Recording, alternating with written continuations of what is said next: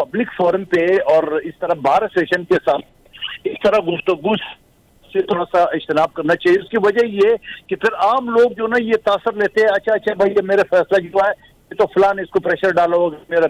अब आप देख रहे तहरीक इंसाफ का अब ले लें, पहले chief justice Islamabad high court के खिलाफ पूरे इनकी वकला पैनल ने बाकायदा कहा कि भाई हमें एतबार नहीं है।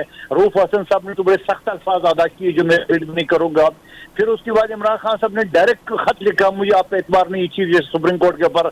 और फिर वही चीफ जस्टिस सुप्रीम कोर्ट है पाकिस्तान की 77 साल तारीख में, आपने कभी सुना है या यासीन आजाद साहब बताए मुझे कभी सुना है कि एक सजा याफ्ता शख्स जो है ना वो डायरेक्ट सुप्रीम कोर्ट में जाओ, उसकी जरूरत भी नहीं है। तो जस्टिस शहजाद मलिक साहब का आज का खिताब था, उसके बाद एक पोजीशन सामने आई है, तो अब जुडिशरी और एस्टैब्लिशमेंट का इस तरह से यानी जो आप मामला सामने आ गया है, पीपल्स पार्टी किस तरह से देख रही है उसको, आप किस तरह से देखते हैं उसको?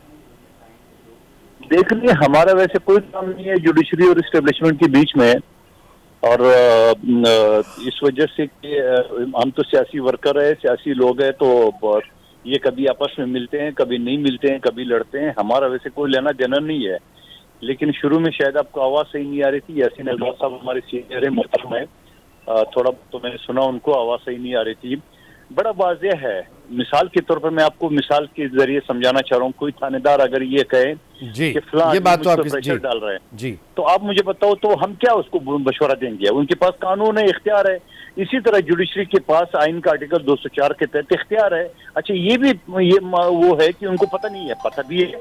डिप्टी कमिश्नर इस्लामाबाद को इन्हें नाक रगड़वाया, फैसल वाडा और मुसवा भी अदालत के नोटिस में वो जो मौजूद है वहां जाते रहे। तो मैं ये समझ रहा हूँ कि पब्लिक फोरम पे और इस तरह बार एसोसिएशन के साथ इस तरह गुफ्तगू से थोड़ा सा इज्तनाब करना चाहिए। उसकी वजह ये कि फिर आम लोग जो ना ये तासर लेते हैं, अच्छा अच्छा भाई ये मेरा फैसला जो है ये तो फलान इसको प्रेशर डालो मेरा। अब आप देख रहे तहरीक इंसाफ का अब ले लें, पहले chief justice Islamabad high court के खिलाफ पूरे इनकी वकला पैनल ने बाकायदा कहा कि भाई हमें एतबार नहीं है। रूफ हसन साहब ने तो बड़े सख्त अल्फाज अदा किए जो मैं रीड नहीं करूंगा। फिर उसके बाद इमरान खान साहब ने डायरेक्ट खत लिखा मुझे आप पे एतबार नहीं चीफ जस्टिस सुप्रीम कोर्ट के ऊपर। और फिर वही चीफ जस्टिस सुप्रीम कोर्ट है पाकिस्तान की 77 साल तारीख में, आपने कभी सुना है या यासीन आजाद साहब बताए मुझे कभी सुना है कि एक सजा याफ्ता शख्स जो है ना वो डायरेक्ट सुप्रीम कोर्ट में जाओ, उसकी जरूरत भी नहीं है।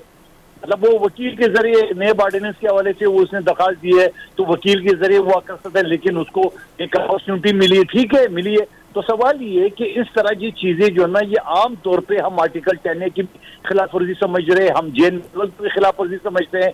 वो कहता है मैं डेथ सेल में हूँ।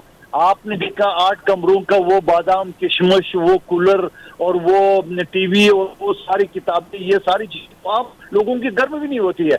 और यही इमरान खान साहब जो नवाज शरीफ साहब के बारे में कहता था, ये वही नवाज शरीफ इमरान खान साहब जो कहता है कि भाई मैं एसी भी छीन लूंगा, मैं लूंगा भी छीन लूंगा। तो भाई ये सारी चीजें तो मुकाफात अमल है। हम ये कहेंगे जुडिशरी अपना काम करे, एस्टेब्लिशमेंट अपना काम करे, सियासी लोगों को अपना काम करने दें। आप अगर हर मर्तबा सियासी लोगों को कभी इधर कभी उधर या कभी टॉक शो के जरिए हम जैसे लोगों को भी आप पूछते हो कि भाई क्या होगा, बाबा वो अपना काम करें।